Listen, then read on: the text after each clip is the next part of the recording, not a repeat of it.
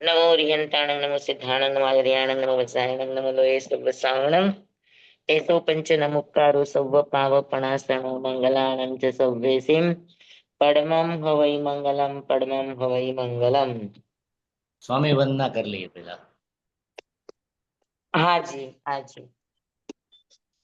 તિખોતો અયાયણમ પયાયણમ વંદામી નમસ્સામી સકારેમી સમ્માણેમી કલ્યાણમ માંગલમ દેવ્યમ જેયમ ભજવાસામી અથેણ વંદામી. વંદન સ્વામી. તિખોતો હાજી અયાયણમ પયાયણમ વંદામી નમસ્સામી સકારેમી સમ્માણેમી કલ્યાણમ માંગલમ દેવ્યમ જેયમ ભજવાસામી અથેણ વંદામી.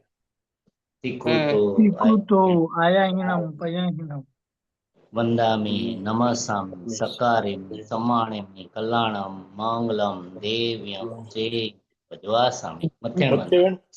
સ્વામી હાજી સ્વામી સાતામાં. હાજી. ઓમ નમો નારાયણ સોમ નમો સૂર્ય સોમ નમો સૂર્ય દેવાય ઓમ નમો વાયનારીય સોમ નમો બંધીએ લીલીએ તીર્થંકરો ગણધરો પૂર્વધરો શ્રુતધરો વાચનાચાર્ય યુગ પ્રધાનાચાર્ય ઉપાધ્યાય સાધુ સાધુ ભગવંતો જૈન શાસન દેવ જૈન શાસન માતા આપ સર્વની આજ્ઞા હો શરણ હો સંરક્ષણ હો આપ સર્વની આજ્ઞા હો શરણ હો સંરક્ષણ હો. મોક્ષ માર્ગસ્ય નેતારમ ધેતારમ કર્મ પ્રવૃતા જ્ઞાતારમ વિશ્વતત્ત્વાનાં વંદે તદ્ગુણલબ્ધયે વંદે તદ્ગુણલબ્ધયે.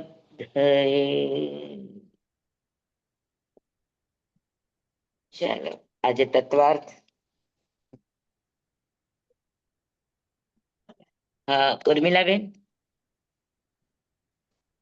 હેલો. હા ઉર્મિલાબેન. હા બોલો. હા ગઈકાલે મહેમાનના કારણે પાઠ નહોતું લેવાનું. હા હમણાં થોડુંક પાછું ઠાણમ પણ છે અને મહેમાનો પણ છે તો હા આગળ પાછળ થાય તો આજે બપોરે અને કાલે બપોરે પણ આપણે પાઠ લેવો હોય તો લઈ લેશું આગળનું. ઓકે. હા પાછું ગુરુ શુક્ર નહીં થાય ને એટલા માટે. હા હા જી સ્વામી. પછી પાછું શનિવારે લેશું પણ આ નહીં થાય પાઠ એટલા માટે. હા હા જી જી સ્વામી. તો આજે બપોરે જો બધાને અનુકૂળતા હોય તો 3 થી 4 અને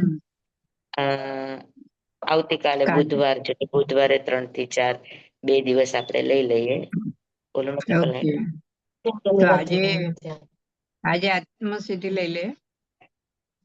આજે કર્મ 3 થી 4 આજે 3 થી 4 આપણે કર્મ આત્મસિદ્ધિ નહીં લઈએ. આજે લેશું આપણે સોયગણાંગ સૂત્ર આપણું જે ગઈકાલનું ઓકે ગયું છે એ. કાલનો રહી ગયો છે અને આવતીકાલે આપણે કર્મ પ્રકૃતિ લેશું. ઓકે અને પછી શનિવારે તો આપણી આત્મસિદ્ધિ છે જ. છે જ હા જી સ્વામી. બરાબર ઓકે છે એટલે આ અઠવાડિયાનું હવે હમણાં થોડુંક શું છે હા આગળ પાછળ કદાચ થોડું ઘણો દિવસને લઈને થાય તો તમને જણાવી હા હા દેશું. ઓકે બિહાર ઓકે હોય કે જી હોય તો એટલા માટે. જી સ્વામી જી સ્વામી. પણ સ્વામી કયા ક્ષેત્રમાં? સ્વામી બપોરે લ્યો ને તો જરાક વહેલું જણાવજો ને કેમ કે મારે 4:30 વાગે તો પછી એ પ્રમાણે કેમ કે એ અડધી રાત્રે મેસેજ કરે તો મને ન ખ્યાલ આવે ને. એટલે આજે બપોરે લેશું અને કાલે બપોરે લેશું એમ. અચ્છા તો ભલે ફિક્સ હોય તો પછી એ પ્રમાણે અને હાલવા જો મૂકી. તમને બહુ તકલીફ થતી હોય ને તો અરુણાને સમજાવી દેશો 3:30 થી 4:30 જ રાખીએ. હા જો ના બધાને સમાધિ રે અને બધા સરસ રીતે ભણે એવા ભાવ છે આપણાને તો બધાની અનુકૂળતાનું શક્ય હોય એટલું ધ્યાન રાખી શકાય. બાકી સર્વની તો અનુકૂળતા આપણે જોઈ નથી શકતા.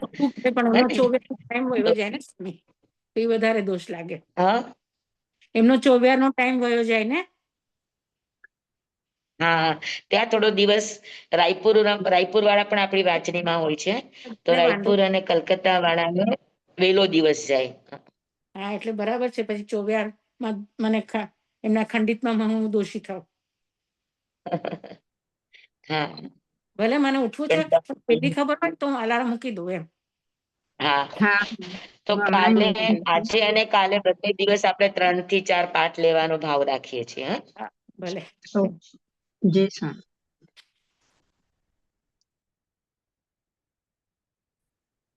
તો હવે આપણે તત્વાર સૂત્રનું સૂત્ર સ્વામી આપણે લાસ્ટ જોયું હતું.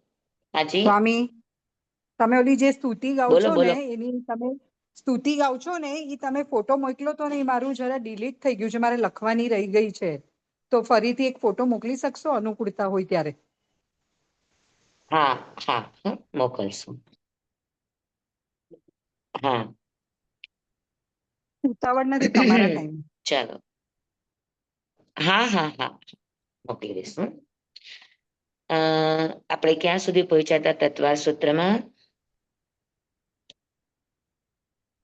25મું સૂત્ર ચાલુ થઈ અવધિ ગયું છે. જ્ઞાન અને મન પર્યજ્ઞાનના ઋજુમતી અને વિપુલમતી, આ બે ભેદમાં શું વિશેષતા હોય એ આપણે જોયું હતું કે વિશુદ્ધિ અપ્રતિપાતાભ્યામ તદ વિશેષ, એ સૂત્ર આપણે જોયું, બરાબર ને?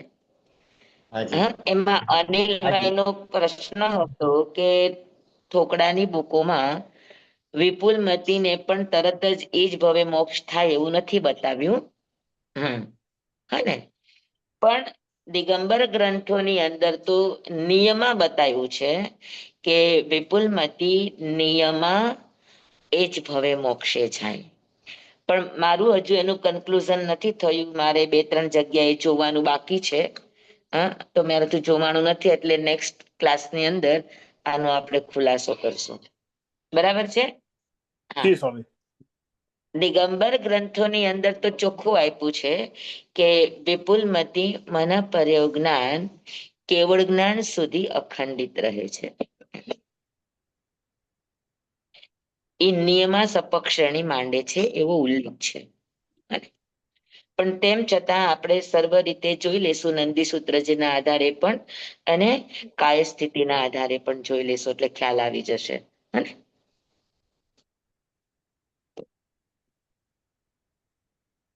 બરાબર છે? હા અનિલભાઈ, તો જી બરોબર નેક્સ્ટ બરોબર. ક્લાસમાં હા હા ક્લિયર કરવાની કોશિશ કરીશું. હા,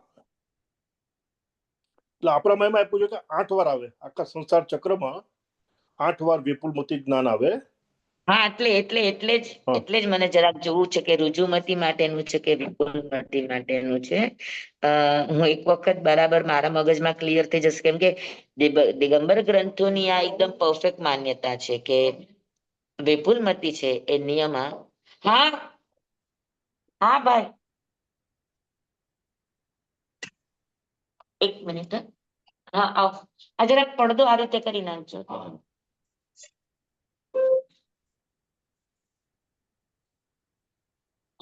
હા ભાઈ, હા, ક્લાસ ચાલે છે. તો ઋજુમતી અને વિપુલમતીને હવે આપણે જરાક જોવું પડશે. દિગંબર ગ્રંથોની તો બધી જગ્યાએ મેં જોયું, આ એક જ માન્યતા છે કે હા, કે વિપુલમતી છે એ નિયમા સપક શ્રેણીમાં લઈ જાય ને ત્યાંથી એને કેવળ જ્ઞાનની જ પ્રાપ્તિ થાય. પણ આપણા ગ્રંથોમાં એનો ઉલ્લેખ નથી, મને જરા કર્મ ગ્રંથમાં પણ જોવું છે. હા, એટલે મારું જોવાનું બાકી રહી ગયું છે. હું જોઈ લઈશ, પછી એકદમ જે પણ આપણું હશે એ પ્રમાણે વાત કરશું. હા, સ્વામી એક નાનો ક્વેશ્ચન છે, પૂછી લો અત્યારે. નાનો જ બોલો ક્વેશ્ચન છે. બોલો બોલો સ્વામી, એમાં વાંચવામાં બોલો. આવ્યું કે લવણ સમુદ્રમાં 500 યોજનની માછલીઓ હોય છે. એટલે 500 યોજન એટલે એક યોજન 13 થી 14 કિલોમીટર. હા એક યોજન એટલે 13 થી 14 કિલોમીટર, એટલે 6 થી 7 હા, હજાર કિલોમીટરની લાંબી હોય. એટલે બુકમાં બરાબર આપ્યું જાણી ગયું છે. એક મિનિટ ફરીથી પૂછો તો મને. છે લવણ સમુદ્રમાં હા, 500 યોજનની માછલી હોય છે. 500 યોજન. ઉછળે છે. યોજનની માછલી, ફિશ માછલી. એટલે એ વાત બરોબર છે ને, એટલે બુકમાં કોઈ મિસ્ટેક નથી ને? હા, 500 યોજન ની માછલી હા, હોઈ શકે, કેમ કે 1000 યોજન એની અવગાહના છે ને. હા, એટલે બરોબર છે ને? હા એટલે હા, હોઈ શકે. 500 યોજન એટલે 6 થી 7,000 કિલોમીટર ત્યાં. સાંભળો હા, આનંદભાઈ, હમ. અવગાહના છે ને ઉચ્છેદાંગુલ થી મપાય. એટલે એનું પ્રમાણ થોડું નાનું થઈ જાય. ઘણું નાનું થઈ જાય, ઘણું નાનું. અચ્છા, અચ્છા, ઓકે. સૌથી નાનામાં નાનું અંગુલ ઉચ્છેદાંગુલ છે. હા, હા, હા. હા, અને હમ. યોજનના જે માપો છે શાશ્વતા, એ બધા પ્રમાણાંગુલ હોય. અચ્છા, એટલે 1000, આપણા 1000 હા ગણો ફરક પડે? 1000 ગણો? એનાથી પણ વધારે. અચ્છા, ઓકે, ઓકે. તમને બતાવું. હમ. આત્માંગુલ એટલે વર્તમાન પોતાના અંગુલ પ્રમાણ, બરાબર છે? આ તો હા, દરેક ક્ષેત્રના ઈ હા. પ્રમાણે આવે. એટલે આંગુલની પહોળાઈ, બરોબર? પહોળાઈ. આ રીતે આ હા, આંગુળની આ જે જાડાઈ. પહોળાઈ હોય ને એ હા, ગણાય. હા, આ ન ગણાય. આ બરોબર છે. હા, સમજાણું? આ 4 હા, આંગુલ હા, ઓકે. આટલું. હા, હા, તો હરેક ચીજને માપવાના અલગ અલગ આંગુલ હોય, હમ, બરાબર? કોઈ પણ જીવની અવગાહનાની જ્યારે પણ વાત આવે ત્યારે એ ઉચ્છેદાંગુલ થી જ મપાયેલી હોય. એક વાત. હમ, હમ, બીજી વાત, આપણા મુપતિ કે કપડા કે વગેરેના જે કંઈ પણ માપો છે હમ, એ આત્માંગુલ થી માપાય. જે કાળના, જે સમયના જે માણસ છે હમ, એના અંગુલ પ્રમાણે વગેરે મુપતિ કપડા વગેરેનું માપ હોય, હમ. બરાબર? તો એ આત્માંગુલ થી મપાય. એટલે મકાન બધું આવી ગયું, મહેલ મહેલ બધું આવી ગયું ને? હા હા, ઓકે. મનુષ્યકૃત જેટલી પણ વાતો છે હા, હા, એ આત્માંગુલ થી મપાય. ઓકે. હા, પછી એટલે મનુષ્યકૃત વાતો છે ઈ. હા, હા, અને પ્રમાણ અંગુલ કોને કહેવાય? તો કે 500 ધનુષ્યની અવગાહના વાળાનો જે અંગુલ, એને હમ. પ્રમાણ અંગુલ કહેવાય. અચ્છા, ઓકે. એટલે બરાબર? આપણી કરતા ઘણો જાડો હોય. હા, ઘણું મોટો હોય, ઘણો ઘણો મોટો મોટો હોય હોય. પ્રમાણ અંગુલ. ઓકે, બરાબર? તો ઋષભદેવના અંગુલ પ્રમાણે માપવામાં આવે એ પ્રમાણ અંગુલ. ઓકે. વર્તમાનમાં જે ક્ષેત્રના જે મનુષ્યના પોતાના આંગુલ એ આત્મા અંગુલ. હમ, અને ઉચ્છેદ આંગુલ હમ, 5મો આરો 10,000 વર્ષનો પૂરો થશે હમ, એ સમયે હમ. પ્રમાણોપિત મનુષ્યના આંગુલને ઉચ્છેદાંગુલ કહેવાય. ઓકે. હવે હા, 5મો પ્રમાણ આરો હજુ આપણો કેટલો? 2000. હા 2,500. હા, 2,500 ગયો છે. 10,000 વર્ષનો પસાર થશે તો સમજી લો એ સમય માણસની અવગાહના શું હશે? 4 ફૂટની હશે કદાચ. હા, નાની હોય ને. હા. અને એ પણ પ્રમાણોપેત. પ્રમાણોપેત એટલે શું? કે 10,000 વર્ષ ગયા પછી હમ, જે માણસના શરીરની અવગાહના પોતાના આત્માંગુલ પ્રમાણે હમ, 108 આંગુલની હશે, હમ. 54 નાભીથી ઉપર અને 54 નાભીથી નીચે, ઈ જ છે. હા, એ બરાબર છે. 108 અંગુલની જે અવગાહના હશે એને પ્રમાણોપેત અવગાહના કહેવામાં આવે. હમ, ઓકે. સમજાણું? હમ, બરાબર. તો એ 108 અંગુલના 10,000 વર્ષ પછી 108 અંગુલના જે મનુષ્ય હશે પોતાના હાથ પ્રમાણે, હમ, એ જે અંગુલનું માપ છે એ અંગુલ એને ઉચ્છેદાંગુલ કહેવામાં આવે. ઉચ્છેદ. ઓકે. ઉચ્છેદાંગુલ લખું? હા, નહીં, નહીં, સ્વામી, ખ્યાલ છે. બુક પર લખેલું છે. સ્વામી, ભગવાન મહાવીરના આત્મા અંગુલ થી અડધો અંગુલ નું માપ. હા, ભગવાન મહાવીરના આત્મા અંગુલ થી અડધા અંગુલ નું માપ. હમ. કોનું? ઉચ્છેદ આંગળનું. 10,000 વર્ષ 10,000 વર્ષ પછી મનુષ્યની ઊંચાઈ ભગવાન મહાવીરના ઊંચાઈ કરતા અડધી થશે. ઊંચાઈ નહીં. હા, એવું લખ્યું છે. અવગાહના. એટલે એમ લખ્યું છે અવસર પીણી કાળના 5મા આવરો, બરોબર? એના હા 10,500 10,000 વર્ષ પસાર થાય પછી હા. સપ્રમાણ મનુષ્યના શરીરના આંગળનું માપ. બરાબર. હા, તો પ્રમાણોપેત કોને કહેશો? કે જે માણસની અવગાહના પોતાના આત્માંગુલથી 108 આંગુલની હોય. હા. પ્રમાણોપેતની વ્યાખ્યા હર કાળમાં એક જ સરખી છે કે પ્રમાણોપેત કોને કહેશો?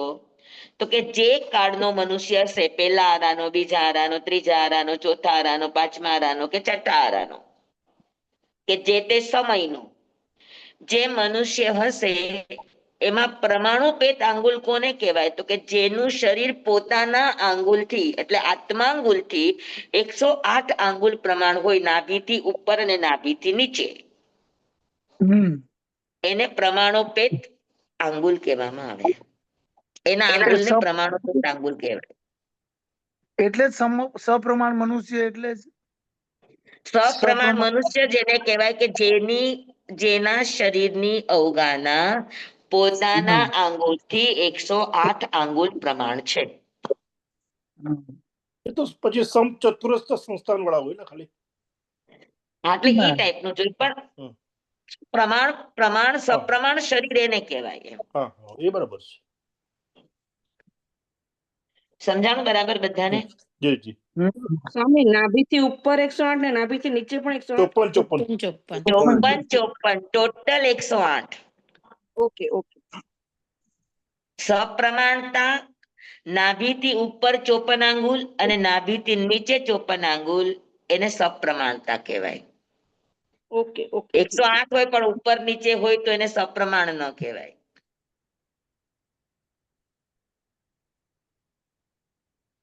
સમજાય કે બધાને? જી જી સર. હા, તો અવગાહના જે પણ છે એ ઉચ્છેદાંગુલ થી, તો ઉચ્છેદાંગુલ કેટલો બધો નાનો થઈ ગયો. પ્રમાણ આંગુલ ની પાસે ઉચ્છેદાંગુલ નું શું માપ છે એ કયો મને? કારણ કે પ્રમાણ ઋષભદેવ ભગવાન નો અંગુલ અને પાંચમા આરાના 10,500 વર્ષ વીત્યા પછીના વ્યક્તિનો આંગુલ, તો બેમાં કેટલો ડિફરન્ટ હશે તમે માપી શકો છો, સમજી શકો. હા ને? તો ક્ષેત્રના જેટલા પણ માપ છે એ ઋષભદેવ ભગવાનના અંગુલના માપ છે. હા, અને અવગાહના જેટલા માપ છે એ પાંચમા આરાના 10,500 વર્ષ પછીના મનુષ્યના આંગુલના માપ છે. એને તો લગભગ 4,000 ગુણો ફરક પડી જાય. 4,000. ઓકે. હા, 3,500-4,000 ગુણો ફરક પડી જાય. પણ તોય 4,000 ગણો ફરક કરીએ તો ઘણું 150 કિલોમીટર જેવું થાય. હા, તો હોઈ શકે ને. હોઈ શકે ને. અચ્છા, બરાબર છે. વિનીતા નગરી, દ્વારકા નગરી, રાજગ્રહી નગરી એ અલગ અલગ કાળમાં થઈ ને, તો એનું માપ અલગ અલગ. હા, એટલે જો મનુષ્યકૃત જેટલી પણ નગરીઓ છે એના માપ આત્માંગુલ પ્રમાણે હોય. હા, બરોબર. અને શાશ્વતા હોય શાશ્વતા જેટલા માપ છે ઋષભદેવ ભગવાનના આંગુલ પ્રમાણે હોય. સમજાય કે બધાને બરાબર? જી જી. એમ તો ન કહી શકાય. હા, હા, કીધું કઈ હર્ષિતભાઈ? જી સ્વામી. હા, હવે આપણે લઈએ તત્વાર્થ નું સૂત્ર.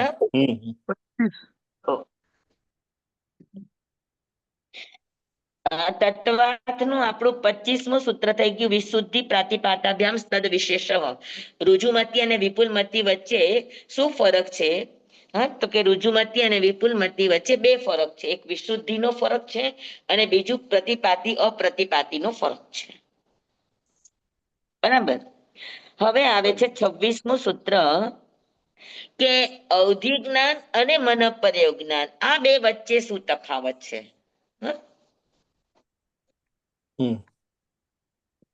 તો આપણે પેલા સૂત્ર લખું છું. વિશુદ્ધ્ય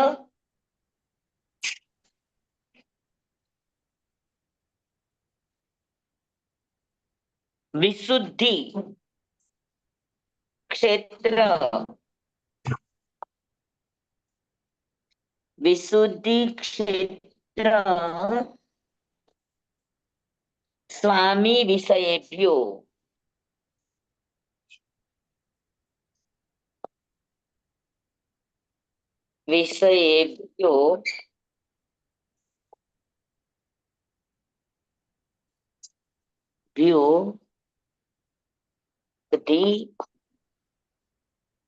મનઃ પર્યાયઃ.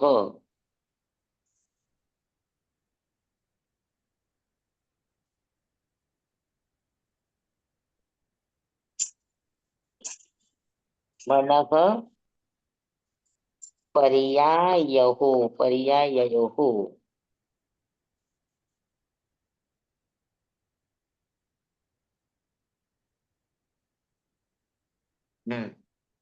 વાંચો. વિશુદ્ધિ ક્ષેત્ર સ્વામી વિષયેભ્યો વધી મનઃ પર્યાયયોઃ.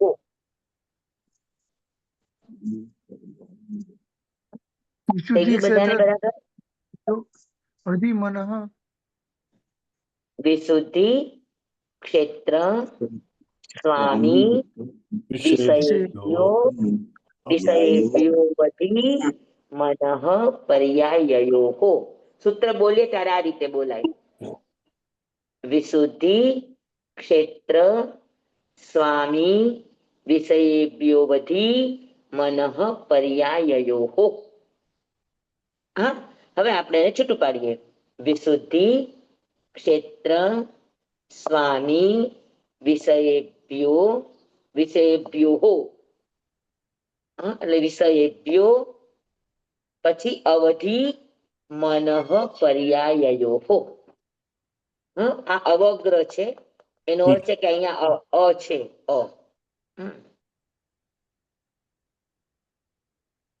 સમજાણું બરાબર?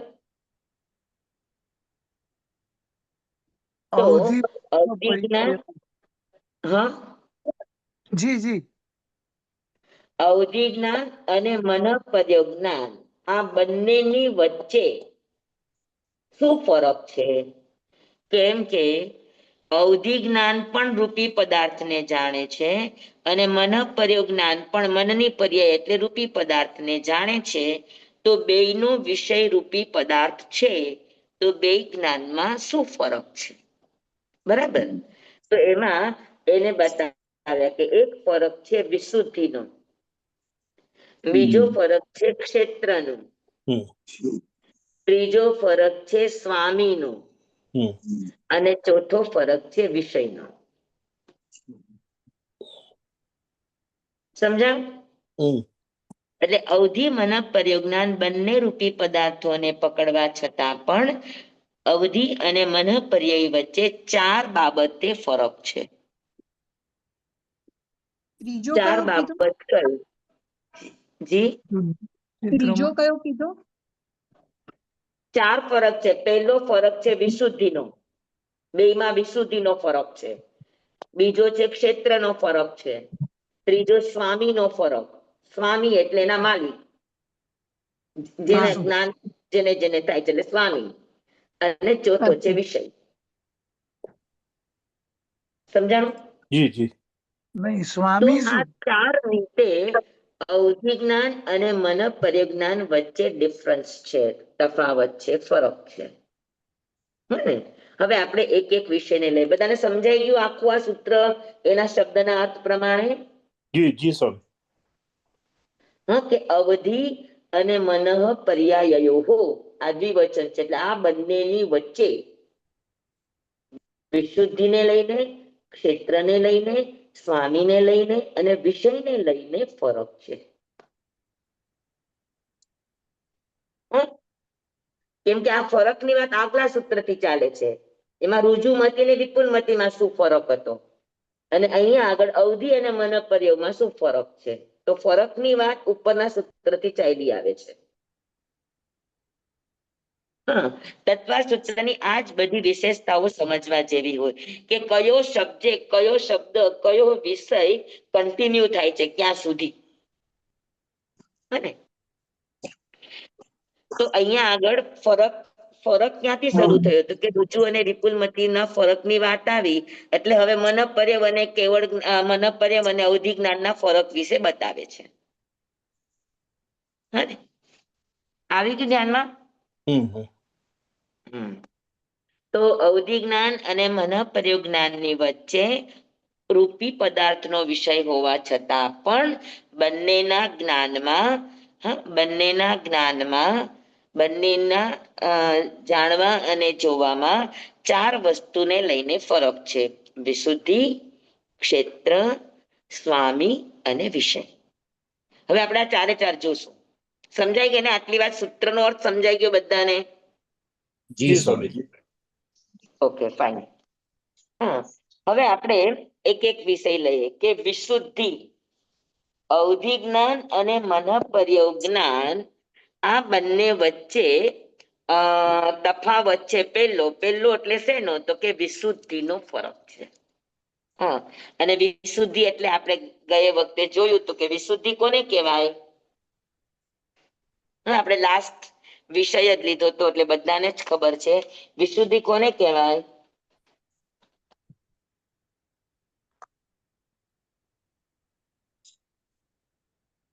હા, આપણા લાસ્ટ પાર્ટ નું જ છે આ, કન્ટિન્યુ. તમે બધા યાદ રાખ્યું છે? કયો જોઈ. આત્માના વિશેષ પ્રકારે શુદ્ધિ.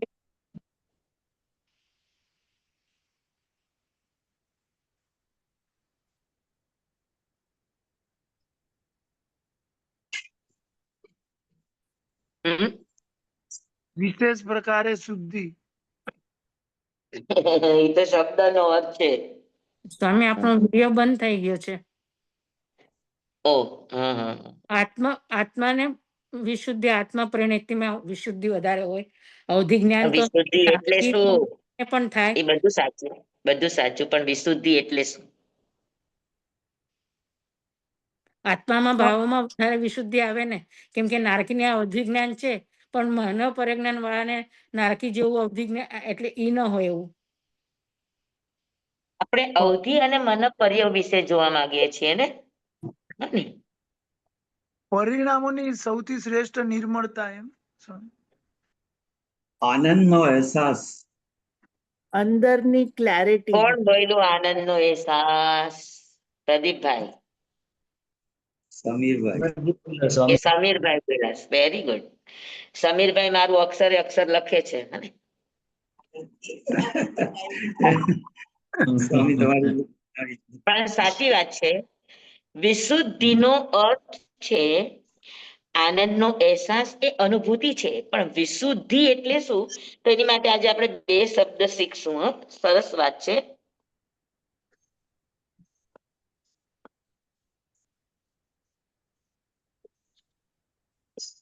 તમે શીખી ગયા છો આમ તો સંજયા નિયંઠામાં.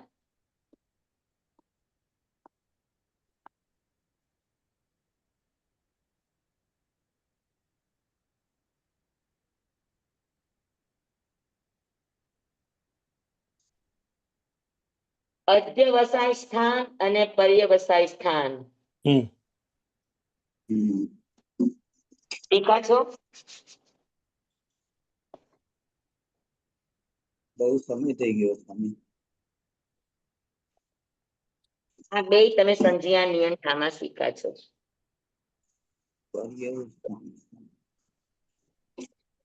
હા, અધ્યવસાય સ્થાન અને પજ્યવા. પજ્યવાને કહેવાય પર્યવ.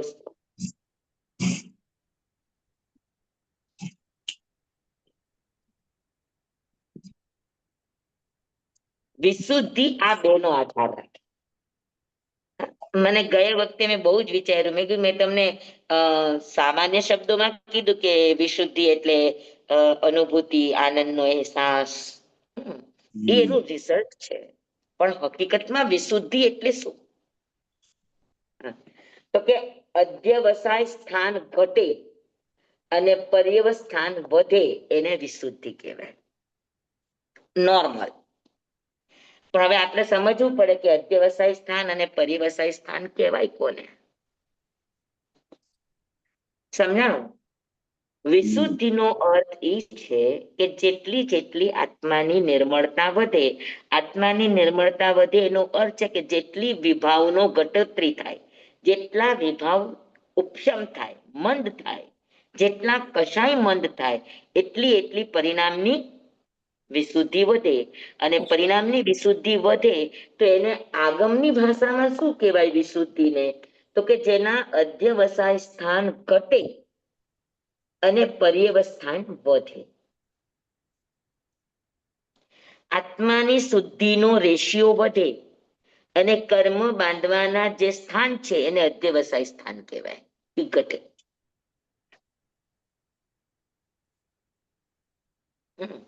તો બંને સંખ્યાતા અસંખ્યાતા અનંતા હોય. અધ્યવસાય સ્થાન જેમ જેમ સાધક નિર્મળતાને પામે, નિયંઠાની શુદ્ધિ જેમ જેમ થતી જાય તેમ તેમ અધ્યવસાય સ્થાન ઘટતા જાય અને પર્યવસ્થાન વધતા જાય. તમે સંજ્ઞા નિયંઠામાં જોજો. હા, તો અધ્યવસાય સ્થાનનો અર્થ છે કે કર્મ બાંધનારા પરિણામોના વિધવિધ સ્થાન, એને અધ્યવસાય સ્થાન કહેવાય. હા, અધ્યવસાય સ્થાન ખાસ કરીને સંયોગક્ષમ માટે વપરાતો શબ્દ છે. સંયોગક્ષમ સ્થાન જ્યાં જ્યાં સંયોગક્ષમ જન્ય વસ્તુ હશે, ચાર ચારિત્ર, ચાર જ્ઞાન, આ બધા સંયોગક્ષમ ભાવના છે. તો જ્યાં જ્યાં સંયોગક્ષમ ભાવ હોય ત્યાં ત્યાં કશાયોની મંદતામાં વૈવિધ્ય હોય, ચડ ઉત્તર ઘણું બધું હોય. અને તો ઈ જેટલું જેટલું અલગ હોય એટલા એટલા કર્મ બાંધવાના સ્થાન, લેવલ, સ્થાન એટલે લેવલ અલગ અલગ અલગ હોય. સમજાણું? અધ્યવસાય સ્થાન કર્મ બાંધવાના અધ્યવસાય ઉપર ડિપેન્ડન્ટ હોય. કર્મ બાંધવાના કર્મ બાંધવાનું કારણ અધ્યવસાય છે, કર્મ બંધાવાનું કારણ અધ્યવસાય છે. અને અધ્યવસાયના ચડ ઉત્તર ભાવો એને અધ્યવસાય સ્થાન કહેવાય. તો જ્યાં સુધી સંયોગક્ષમ ભાવ છે ત્યાં સુધી અધ્યવસ્થાનની સંખ્યા વધારે હોય. જેટલી વિશુદ્ધિ વધારે એટલા અધ્યવસ્થાન ઓછા, અને જેટલી વિશુદ્ધિ ઓછી એટલા અધ્યવસ્થાન વધારે. ક્લિયર. બરાબર. આ કર્મ બાંધવા માટે.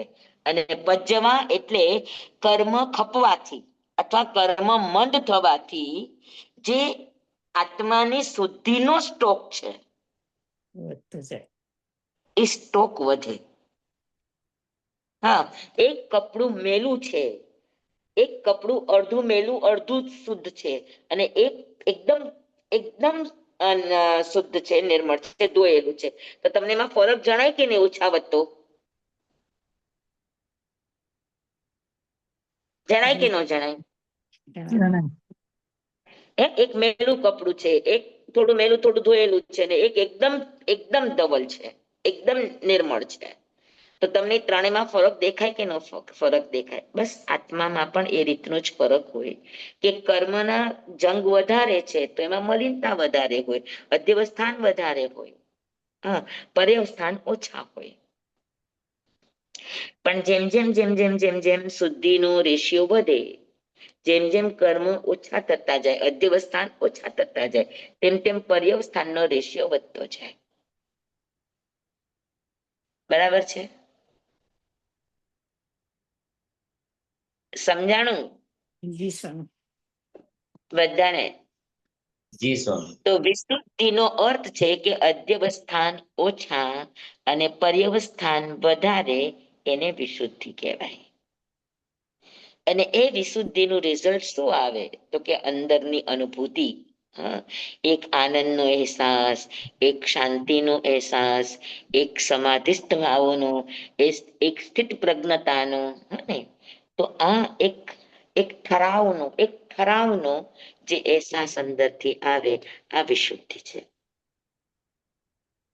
લાસ્ટ ટાઈમ મેં વિશુદ્ધિ માટે બહુ વિચાર્યું, મેં કીધું શું એકદમ પ્રોપર કઈ રીતે સમજાવી શકાય. આવ્યું ખ્યાલમાં જી જી. બધાને? જી સ્વામી. હા, તો અધ્યવસાય સ્થાન એટલે કર્મ બાંધવાના લેવલો, પરિણામના લેવલો. હા, અધ્યવસાય એટલે પરિણામ. પણ કસાયુક્ત પરિણામ એને અધ્યવસાય કહેવાય. તો એના લેવલ, એના કેટેગરી, એ અધ્યવસાય સ્થાન છે. અને કર્મ ખપવાથી આત્માના પરિણામનું જે લેવલ છે એને પર્યવસ્થાન કહેવામાં આવે. એ પણ સાહેબ વધઘટ થાય અધ્યવસાયની જેમ, હા, લેવલ ઉપર નીચે થાય પર્યવસ્થાન પણ. થાય ને, કેમ ન થાય? સંયોગક્ષમ ભાવ હોય તો વધઘટ થાય કે ન થાય? એટલે સ્વામી એટલે શુભ મને અધ્યવસાન અશુભ, શુભ અને અશુભ અધ્યવસાય.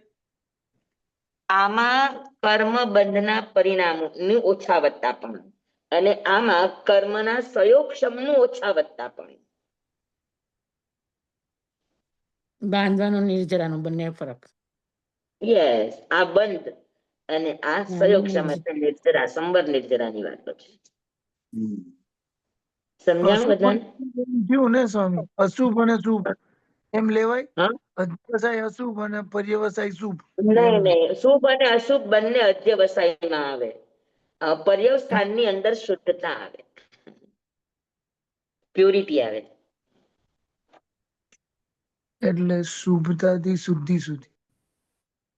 Yes. શુભ અને અશુભ આખર પર્યવસ્થાન અધ્યવસાય છે, પર્યવસ્થાન નથી. અને અને પર્યવસ્થાન જાગે એટલે અંદરની શુદ્ધિ વધે. એ પર્યવસાય છે. યા, હા, બેસી ગયું બધાને બરાબર? જી જી. હા? સ્વામી એમાં આપણું ખબર પડે પોતાનું પર્યવસ્થા અને અધ્યવસાય.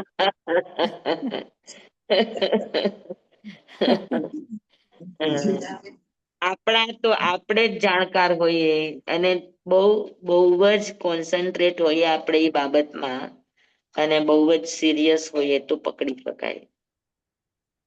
આમ જનરલી પણ આપણને પકડે ને કે કાલે મને બહુ સરસ ભાવો હતા, આજે મારા ભાવોમાં ગડબડ છે. ઘણી વખત થાય એવું સ્વામી. હા, થાય ને. તો બસ એના પરથી આપણને સ્થૂળ ઉપરથી પણ એટલું સમજાય કે કાલે સરસ ભાવો હતા, એનો અર્થ એ તો કે મારા ભાવ શું હતા તો મને સરસ અનુભવ હતો. તો તમે જોજો તો એમાં તમારો ત્યાગ ભાવ વધારે હશે, હા ને, એમાં તમારી કશાયની મંદતા હશે, એટલે તમને એ ભાવ તમારા અંદર એક આનંદ મૂકી જાય, તો એ આનંદની અનુભૂતિ અલગ હોય. સ્વામીને લેસ્યા સાથે સંબંધ ને, ડાયરેક્ટ લેસ્યા સાથે, શુભ લેસ્યા. અધ્યવસાયનો લેસ્યા સાથે સંબંધ હોય.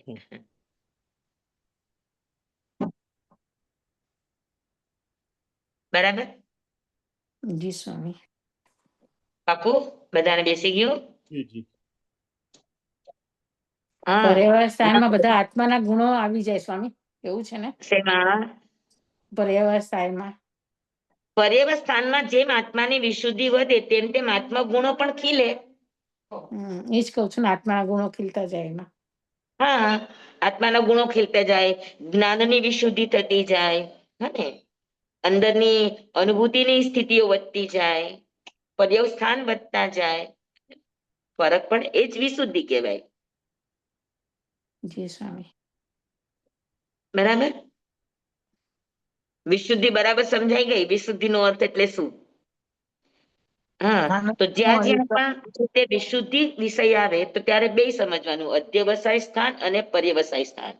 અધ્યવસાય સ્થાન ઘટવા અને પર્યવસ્થાન વધવા આ વિશુદ્ધિ છે.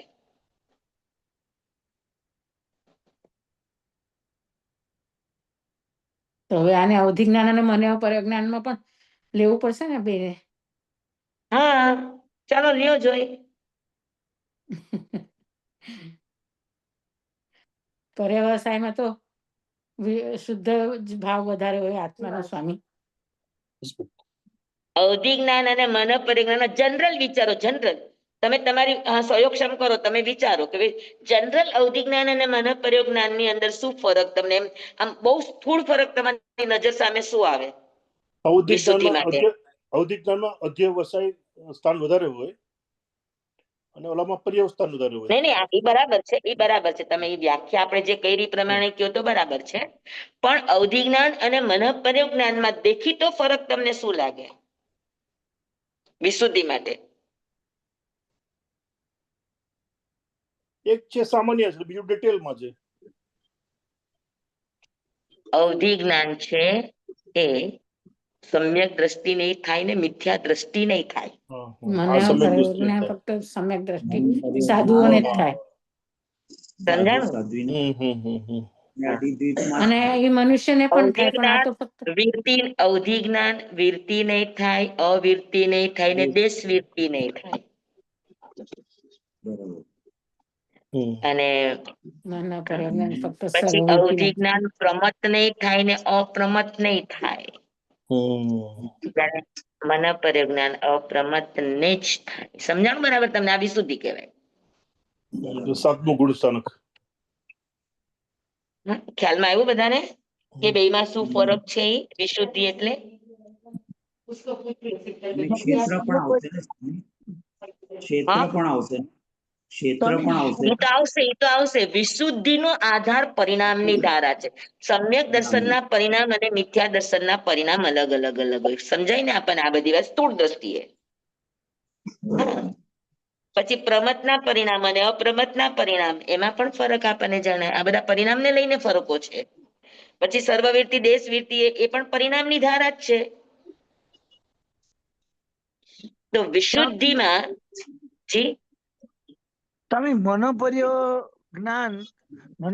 જ્ઞાન દ્રવ્ય ક્ષેત્ર કાળ ભાવ ચારેય ફેક્ટર ને પકડે, ત્યારે અવધિ જ્ઞાન ચારેય ફેક્ટર ને પકડે. એના તો કઈક 6 પ્રકાર અવધિના હતા. ક્ષેત્ર તો ચારેય પકડે.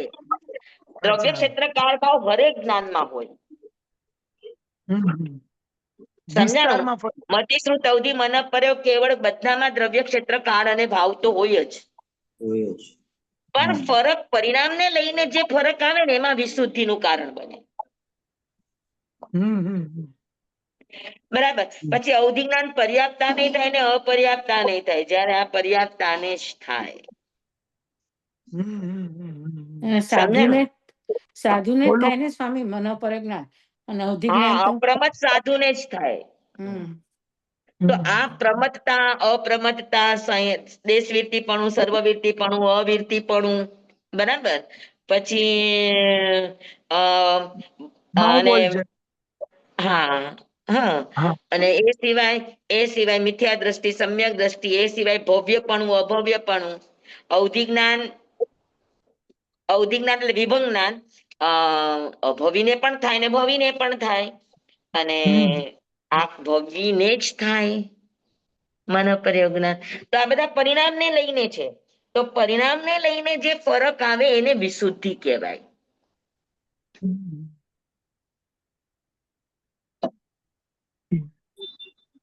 સમજાણું કે નહીં? જી સ્વામી. સમજાય ને સ્વામી. તો અવધિ જ્ઞાન અને મનોપર્યોગ જ્ઞાનમાં ફરક પડે કે ન પડે? વિશુદ્ધિનો, પરિણામની ધારાનો. ઘણી લેવલ મોટી થઈ જાય મનોપરિજ્ઞાનની. મનોપર્યોગ જ્ઞાનની અંદર પરિણામની નિર્મળતા વધારે હોય અને કર્મ બંધના અધ્યવસ્થાનની કમી હોય. તો આ બધું જિમ્મેદાર હોય એને વિશુદ્ધિ કહેવાય. તો ફરક સમજાણો? અવધિ જ્ઞાન અને મનોપર્યોગ જ્ઞાનનો ફરક. અવધિ જ્ઞાન મનોપર્યોગ જ્ઞાનનો ફરક એક વિશુદ્ધિને લઈને. વિશુદ્ધિને લઈને એટલે શું? તો કે ભવ્યત્વ, અભવ્યત્વ, સમ્યક્ત્વ, મિથ્યાત્વ, મિશ્ર દ્રષ્ટિ, આ બધા જે ફરકો છે. પછી એ ઉપરાંતમાં શું કીધું તું મેં તમને? સમ્યક દર્શન, ભવ્યત્વ, અભવ્યત્વ, પછી પ્રમત્તા.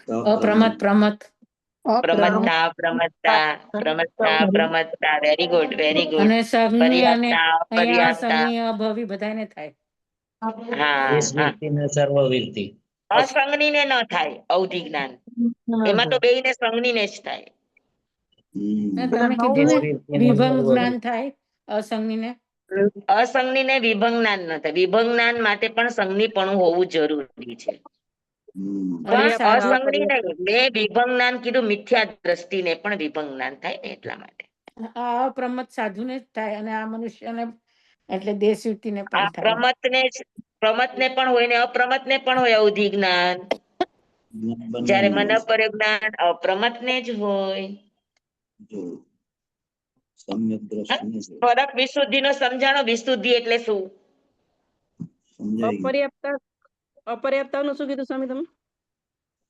અવધિ જ્ઞાન છે એ પર્યાપ્તા અપર્યાપ્તા બંનેને હોય, જ્યારે મન પર્યજ્ઞાન પર્યાપ્ત અવસ્થાને જ હોય.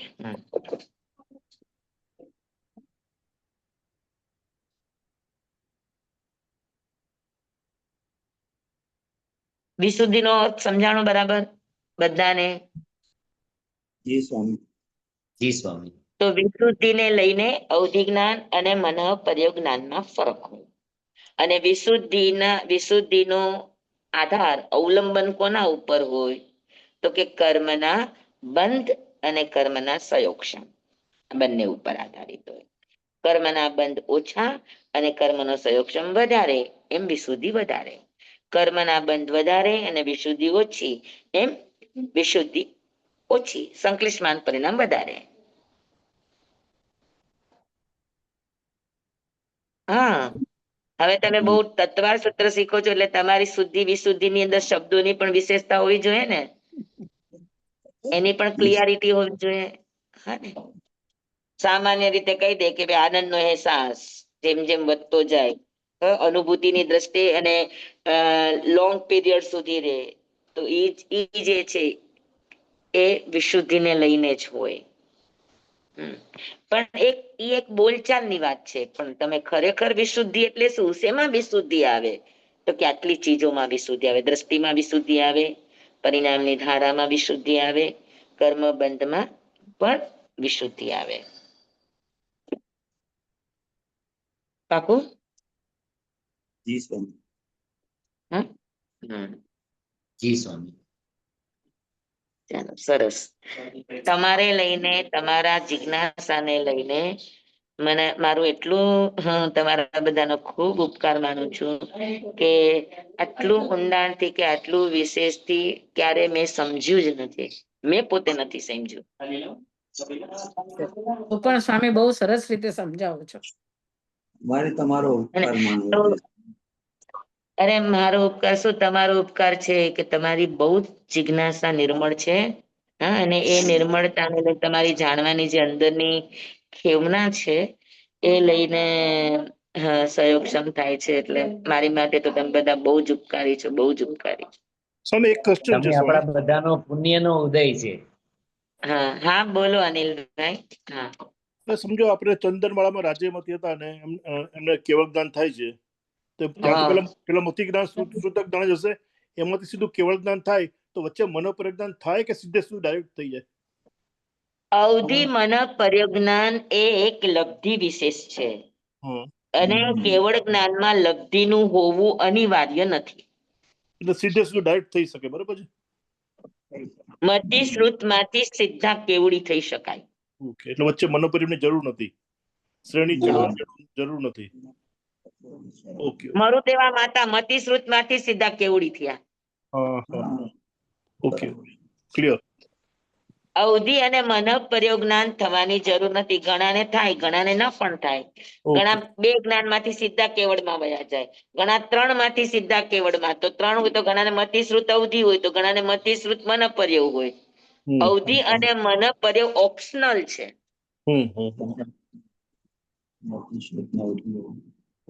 બરાબર? સીધું કેવળ જ્ઞાન થઈ શકે ખરું? હા, મતિ અને શ્રુત થી કેવળ જ્ઞાન થઈ શકે ખરું? હા, સામાન્ય 5 સમિતિ અને 3 ગુપ્તી જેટલું શ્રુત જ્ઞાન હોય તો એનાથી કેવળ જ્ઞાન પ્રગટી શકે.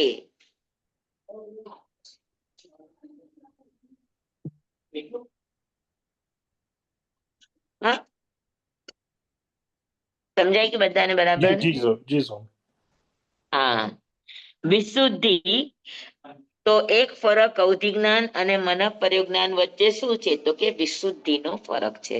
મન પર્યજ્ઞાનની અંદર આત્માના પરિણામની નિર્મળતા વધુ હોય એટલે વિશુદ્ધિનો રેશિયો વધારે હોય. બરાબર?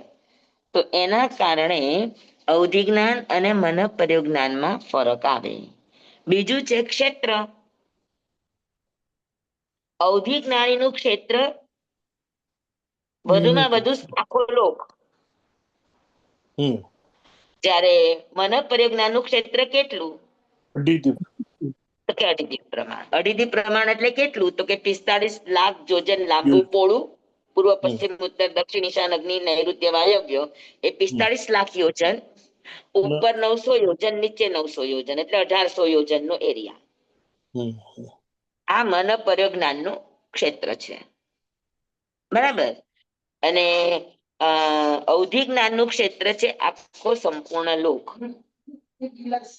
વધુમાં વધુ, બરાબર. તો હવે વિશુદ્ધિની પ્રમાણે આમાં તમે શું અર્થ લેશો? ક્ષેત્ર વધારે. મન પરિજ્ઞાનનું ક્ષેત્ર તો નાનું છે, ઓલામાં ક્વોન્ટિટી છે, આમાં ક્વોલિટી છે. ઓછું છે. હા, મન પરિજ્ઞાનનું ઓછું છે એકદમ. ક્વોન્ટિટી છે મોટી, આમાં ક્વોલિટી છે. એટલે શું હશે ક્વોન્ટિટી અને ક્વોલિટી એટલે શું? એટલે એને વધારે વિશુદ્ધિ છે, વધારે ક્લિયર ખબર પડે. જેમ તમે કીધું કે તમે ગોંડલનો વિચાર કરો છો, પણ ગોંડલમાં શું શું બને મનોપરિજ્ઞાનમાં ખબર પડે, અવધિવાળા ન ખબર પડે, ખાલી વિચાર જ ખબર પડે. એટલે રુજુમતીથી પણ ઓછું થયું ને અવધિ તો સ્વામી? હા, રુજુમતીથી પણ ઓછું થયું ને? રુજુમતીથી પણ ઓછું. Yes yes. હા. પણ ક્ષેત્રને લઈને સામાન્ય ક્ષેત્ર અવધિ જ્ઞાનનું ક્ષેત્ર ઘણું મોટું છે, જ્યારે મન પરિજ્ઞાનનું ક્ષેત્ર નાનું છે. એટલે અનિલભાઈએ કહ્યું એમ એક ફરક એ છે કે એમાં ક્વોન્ટિટી અને ક્વોલિટીનો ફરક હોય. અવધિ જ્ઞાનમાં ક્ષેત્રની ક્વોન્ટિટી વધારે છે પણ ક્વોલિટી ઓછી હોય, જ્યારે મન પરિજ્ઞાનમાં ક્વોન્ટિટી ઓછી છે પણ એની ક્વોલિટી વધારે હોય. હા, જેમ કે આપણે અત્યારે એમ કહીએ કે ભારતના કેટલા રાજ્ય છે, તો કે 25-26 જે પણ અત્યારે વર્તમાનમાં છે, તો એ આપણને 25-25 રાજ્યોની ઉપર થતી જાણકારી હોવી. હા, એટલે ક્ષેત્ર વધારે છે. પણ કોઈ વ્યક્તિ એક જ ક્ષેત્રને જાણતો, પણ એક ક્ષેત્રના નાનામાં નાના રાજ્યને, નાનામાં નાના ક્ષેત્રને, નાનામાં નાના સ્થાનને જાણતું હોય તો વિશુદ્ધિ કોની વધારે હોય? એક ક્ષેત્ર વાળા. અવધિ જ્ઞાની છે એનો વિષય ઘણો બધો હોય, MBBS. એમડી. યસ, એક જ વિષયમાં છે, પણ એક જ વિષયમાં બહુ ડીપ છે, ઝીણામાં ઝીણી વાતોને જાણે છે. એટલે અઢી દ્વીપમાં મનો પરિજ્ઞાન છે, પણ એની બહાર લોકો આખામાં નથી. જે પણ સંઘની જીવોના મનના ભાવોને જાણવાની વાત છે, પણ એની માટે ઈ સંઘની જીવ કેટલા એરિયામાં હોવા જોઈએ તો જ મન પરિજ્ઞાનીના કેચઅપમાં આવે, તો કે અઢીદ્વીપની અંદર. અઢીદ્વીપનું જેટલું ક્ષેત્ર ગણાય એટલા ક્ષેત્રની અંદર જ રહેલા સંઘની જીવોના મનોગત ભાવોને જાણે. પણ તેમ છતાં પણ કેટલું વિશેષ જાણી શકે ક્ષેત્રની અપેક્ષાએ? ઝીણામાં ઝીણી બધી વસ્તુ. ઝીણામાં ઝીણી એટલે શું? એટલે એના મનના ભાવ, ક્ષેત્ર શું છે, પછી શું કરશે, એ બધું જ જાણી શકે. અવધિ જ્ઞાની એમ ન કઈ જાણી શકે. હા, તમે કોમન વાત કહો, હા, કે ભગવાનના કોઈ પણ કલ્યાણક સમયે બધા જ 12 દેવલોક સુધીના દેવતાઓ આવતા હોય, બરાબર છે? જી. મેરુ પર્વત ઉપર કે નીચે સમોસરણમાં આ બધા આવતા હોય. હવે ઈ જયારે બધા આવતા હોય ત્યારે ઈ બધા ક્ષેત્રથી ક્યાં છે? લોકમાં. લોકમાં છે. આ ક્ષેત્રથી ક્યાં છે? તો અઢીદ્વીપમાં છે, લોકમાં નહીં. 12મા દેવલોકના ઇન્દ્ર મહારાજા કે દેવતા પણ છે ક્યાં? તો કે અઢીદ્વીપમાં છે, જ્યાં તીર્થંકર ભગવાન બિરાજમાન છે ત્યાં. સમજાણું તમને? તો હવે ઈ 12મા દેવલોકના દેવતા કે જેટલા પણ દેવતાઓ આવ્યા, હા, એ બધાના મનમાં પોતપોતાના દેવલોકને લઈને, પોતપોતાના દેવલોકના પોતપોતાના વિમાનોને લઈને, પોતપોતાના વિમાનોમાં પોતપોતાની જગ્યાને લઈને આ બધા વિચારો ચાલતા હોય કે ન ચાલતા હોય? ઉપરનો વિષય મનોપરિજ્ઞાનનો નથી, પણ કોઈ 12મા દેવલોકના દેવતાનો 12મા દેવલોકના વિશે, 12મા દેવલોકના અંતર્ગત વિમાનોને વિશે, અંતર્ગત વિમાનોમાં પોતાના સ્થાનને લઈને જે પણ વિચાર ચાલતો હશે, તો એ વિચાર દ્વારા મનોપરિજ્ઞાની 12મું દેવલોક જાણી શકે કે ન જાણી શકે? જાણી શકે. પણ જોઈ શકે? યસ, જાણી શકે ને જોઈ શકે. ઓકે. સમજાય છે તમને એનો વિષય? અઢી ડીપમાં આવી ગયા. હા, પણ માધ્યમ અઢી ડીપમાં આવી ગયા એટલે. પણ માધ્યમની Yes. જરૂર છે. પણ માધ્યમની જરૂર છે કારણ કે અઢી દ્વીપમાં આવ્યા છે એટલે. હા, પણ અઢી દીપમાં આવ્યા પછી પણ એ અવધિ જ્ઞાન કરતા પણ વિશેષ ક્ષેત્રને વિશેષ પકડી શકશે કે નહીં વિશેષ. પકડી શકે? પણ એ જ 12મા દેવલોકમાં હોય તો એમના વિચાર નો જાણી શકે. હા, ના, તો ન જાણી શકે. પણ તો ન અવધિજ્ઞાની જાણી શકે. 12મા દેવલોકને જોઈ નથી, જાણી શકે છે?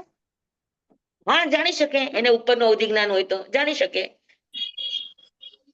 અને મિથ્યા દ્રષ્ટિ? પણ આ ઝીણામાં ઝીણું જાણી શકે.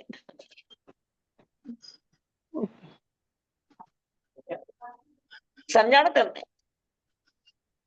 તો સ્વામી પરમ અવધિ જ્ઞાન હોય તે થોડું નજીક થાય મનોપરિયોગથી? હા, પરમ અવધિ જ્ઞાન હોય, પરમ, હા, એ મનોપરિયોગથી થોડું નજીક તો થાય ને? થાય, પણ છતાં પરમ અવધિ નહીં, પરમ અવધિ કરતા પણ મોટું સર્વાવધિ છે. હા. સર્વાવધિ કરતા પણ અનંત ગણું વધારે ઓહો. સૂક્ષ્મ મનોપરિજ્ઞાની પકડી શકે. એટલે કોઈ કમ્પેરિઝન જ નથી. સર્વાવધિ કરતા પણ મનોપરિજ્ઞાનનો વિષય વધારે સૂક્ષ્મ ને વધારે નિર્મળ હોય. ઓકે. તમને ક્ષેત્રનું સમજાણું ને કે અવધિ જ્ઞાન કરતા મનોપરિજ્ઞાનનું ક્ષેત્ર કઈ રીતે વિશિષ્ટ હોઈ શકે? હા, બરાબર છે. હજુ આમાં ઘણી બધી વિચારવા જેવી વાતો છે. તમે પણ વિચારજો, હું પણ વિચારીશ. આપણે નેક્સ્ટ ક્લાસની અંદર લેશું. પણ ખાલી ક્ષેત્રનો ફરક લઈને આમ જુઓ તો ક્ષેત્ર મનોપરિજ્ઞાનીનું બહુ લિમિટેડ છે, બહુ જ લિમિટેડ. 14 રાજ લોક પ્રમાણે અઢી દીપ એટલે શું કહેવાય? તો કે માઇક્રો પોઈન્ટ પણ ન કહેવાય. અને છતાં પણ મનોપરિજ્ઞાનનું ક્ષેત્ર અવધિ જ્ઞાનના ક્ષેત્ર કરતા વધારે નિર્મળ હોય, વધારે વિશુદ્ધ હોય. તો એ સમજવું તો પડે ને આપણે કઈ રીતે. એટલે હરેક ચીજને આપણે ઝીણી ઝીણી રીતે સમજવી છે કે ભાઈ આ વિશેષતા કહેવાનો અર્થ શું? બંને જ્ઞાનની અંદર બંને જ્ઞાન રૂપી પદાર્થને પકડવા છતાં પણ બંનેમાં ફરક શું આવે? દ્રવ્યની રીતે, ક્ષેત્રની રીતે, કાળની મનોપરિજ્ઞાની રીતે. જેમ કે સ્વામી, મનોપરિજ્ઞાની એક ઘર કે એક ગામના ઝીણામાં ઝીણી બધી વસ્તુને સમજી શકે, જોઈ શકે. અને અવધિ જ્ઞાન પૂરા લોકને જોઈ શકે, પણ ઝીણામાં ઝીણી વસ્તુ ન જોઈ શકે. હા, ઉપર છેલ્લું જાણી શકે. સ્વામી બાજુ એનો એવું છે ને ઉપયોગ સ્વામી એવું છે હા ને કે દ્રવ્ય ક્ષેત્ર અનંત ગણું સૂક્ષ્મ, ક્ષેત્રથી કાળ ઘણો સૂક્ષ્મ, અને કાળથી વળી બાજુ, એટલે બહુ ઊંડાઈ, બહુ ફરક તો આવી ગયો ને. હરેક રીતે મનોપરિજ્ઞાનની અવધિ જ્ઞાન કરતા વિશુદ્ધિ વધારે હોય, ક્ષેત્ર વધારે હોય. પછી સ્વામી, આ બધાની જે વિશેષતાઓ છે, સ્વામીની નિર્મળતાની વિશેષતાઓ, એ બધું અવધિ જ્ઞાન કરતા મનોપરિજ્ઞાનીનું વધારે હોય. અવધિ જ્ઞાનમાં વ્યાપ વધારે છે અને મનોપરિજ્ઞાનમાં ડેપ્થ વધારે છે.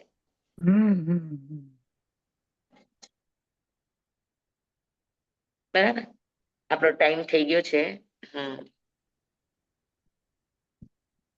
કેટલા વાગ્યા? મારા ખ્યાલથી ટાઈમ થઈ ગયો ને? હા, 8:40 થવા આવી. તો સમજાવું તમને ફરક, તમને વિચારવાને માટે દિશા આપી છે. તમે નેક્સ્ટ ટાઈમ ક્ષેત્ર માટે વિચારી લેજો કઈ કઈ રીતે આવી શકે આમાં. જી સ્વામી. જંબાઈદમ મચ્ચામિનમ મીનકરમ ચક્કરમ પાયાહીનમ વિનયહીનમ જોગહીનમ ઘોષહીનમ સુત્થુદિનમ દુતુપડીચ્યમ કાલ્પસ્તવ પારકપો સજ્જાય સજ્જાય ન સજ્જાય. ભણતા ગણતા ચિંતતા 14 પ્રકારે જ્ઞાનની વાણીમાં પાપ દોષ લાગ્યો હોય તો અર્યાસિત કેવડી ગુરુ ભગવાન આપની સાક્ષી આત્મા પરમાત્માની સાક્ષી એ તસ્મિત છામી દુકડમ. હાજી, શું બોલી રહ્યા છો? કઈ બીજો હેલો, અવાજ હતો. તમે હમણાં સ્વામી બીજા અચ્છા, કોઈની અંદર સાથે અંદર વાત વાત છે. ચાલતી હતી નહીં. હા, હા, તો બહારની વાત વાંધો હતી. નહીં, તો વાંધો નહીં. મને એમ કે મને કોઈ કઈ કીધું એમ. ના, જી, બીજા તમે કોઈનો અવાજ હતો, બહારનો હતો. હા હા, કાંઈ વાંધો નહીં. બહારનો હતો. ધન્યવાદ. નમો રિહંતાણંગ નમો સિદ્ધાણંગ નમો આયર્યાણંગ નમો વજાયણંગ નમો ગયેસવસાહુણંગ. ગુરુદેવની આજ્ઞા શ્રી શ્રી ચદારી મંગલમ અરિહંતા મંગલમ સિદ્ધા મંગલમ સાહુ મંગલમ કેવડી પનતો દમો મંગલમ. ચદારી લોગુતમા અરિહંતા લોગુતમા સિદ્ધા લોગુતમા સાહુ લોગુતમા કેવલી પનતો દમો લોગુતમો. ચદારી શરણં પવજ્જામિ અરિહંતે શરણં પવજ્જામિ સિદ્ધે શરણં પવજ્જામિ સાહુ શરણં પવજ્જામિ કેવલી પનતં ધમ્મં શરણં પવજ્જામિ. ચાર શરણા ચાર મંગલ ચાર ઉત્તમ.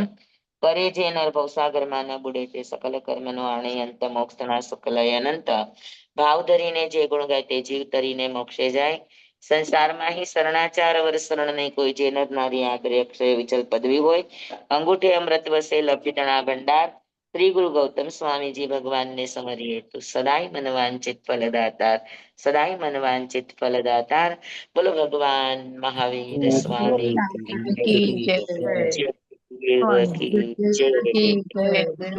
આપ બધા જિજ્ઞાસાને ખૂબ ખૂબ ધન્યવાદ. આજે બપોરે 3 થી 4 આજ બપોરે 3 થી 4 સૂર્યગડામ સૂત્ર. સ્વામી તત્વાત સૂત્રની બધી વિડીયો નથી આવી યુટ્યુબ પર. આવી ગઈ છે. આવી ગઈ છે. આ લાસ્ટ ટાઈમ ની મને નો. સ્વામી ઓકે. એક મિનિટ હા સ્વામી. જી. તમે આમાં બુકમાં એટલે અમારી બુકમાં એમ આપ્યું છે સર્વ અવધિ જ્ઞાન છે, બીજું નામ પરમ અવધિ જ્ઞાન છે, એમ આપ્યું છે. અને એમ લખ્યું છે કે ના, અલગ અલગ છે ત્રણેય. અચ્છા, એમાં એમ લખ્યું છે સર્વાવધિમાં પરમાવધિની સામ્યતા છે. શું સામ્યતા છે? તો કે પરમાવધિ અંત મુહૂર્તમાં કેવળ જ્ઞાન અપાવે, એટલે કેવળ જ્ઞાન અપાવે જ. અને સર્વાવધિ પણ કેવળ જ્ઞાન અપાવે જ. આ સામ્યતા છે. પરમાવધિ મનુષ્યને જ હોય, સર્વાવધિ પણ મનુષ્યને જ હોય. આ બધી સિમિલરતા છે. ઓકે. પણ પરમાવધિ જન્મથી હોય જ નહીં, જન્મથી હોય જ નહીં. ત્યારે સર્વાવધિ જન્મથી પણ હોય અને પછીથી પણ હોય. સમજ્યા? સર્વાવધિ ને પરમાવધિમાં ફરક છે થોડોક. સર્વાવધિ નો અર્થ છે કે પરમાણુ સુધી જોવાનું સામર્થ્ય રાખે છે. જ્યારે પરમાવધિમાં તમને પરમાણુ સુધીનું દેખાય એવું અનિવાર્ય નથી. દેખાય ખરું, ન પણ દેખાય. ખ્યાલમાં આવ્યું? મહાવીર સ્વામી ભગવાનને ગર્ભમાં જે એમને માતાના વિચાર જાણ્યા મહાવીર સ્વામી ભગવાને, તે પરમ અવધિ જ્ઞાન હતું ને? તો સર્વાવધિ હતું. સર્વાવધિ હતું. અચ્છા, ઓકે. પરમાવધિ નહોતું શું કામ? તો કે ભગવાન ગર્ભમાં હતા એ પછી તો ભગવાન 30 વર્ષ થયા. પરમાવધિ તો અંત મુહૂર્તમાં કેવળ જ્ઞાન આપે. અચ્છા, હા, ઓકે, હા, બરાબર, ક્લિયર, એકદમ ક્લિયર. અને સર્વાવધિ તો આયુષ્ય પૂર્ણ થાય પછી કેવળ જ્ઞાન હોય. હા, એટલે છેલ્લે. ઓકે, સરસ સમજાયું, સરસ. એ તમે બે ફરક કીધા હતા ત્યારે સ્વામી. બસ એકદમ ક્લિયર થઈ ગયું. હા, રાઈટ. હા, ચાલો. Thank you sir. હા, અને અનિલભાઈ ભાવનાબેન ને કીધું પુષ્ય નક્ષત્ર 11 તારીખે છે. પછી આખું લિસ્ટ પછી તમને મોકલી દેશું, પણ પુષ્ય 11 તારીખે છે. પચકાણ દેજો સ્વામી. હાજી. એકાશના પચકાણ એકાશના ઉપરાંત વીએમપી આરંભ પચકેચના કાયમં ચાયમં અનત્થાણા ભોગેનમ સ્વસ્તાગારણ સ્વસમય વત્યાગારણ ગપ્પાણં ઓસિરે तपस्या करने वाले को धन्यवाद. मथेन वंदामि सुखसतामा स्वायम.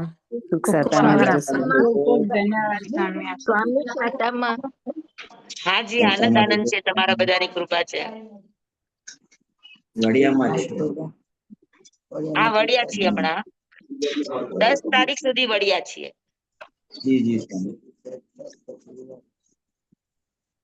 જય જિનેન્દ્ર. બપોરે બધા જોડાઈ જજો. જય જિનેન્દ્ર. જય જિનેન્દ્ર.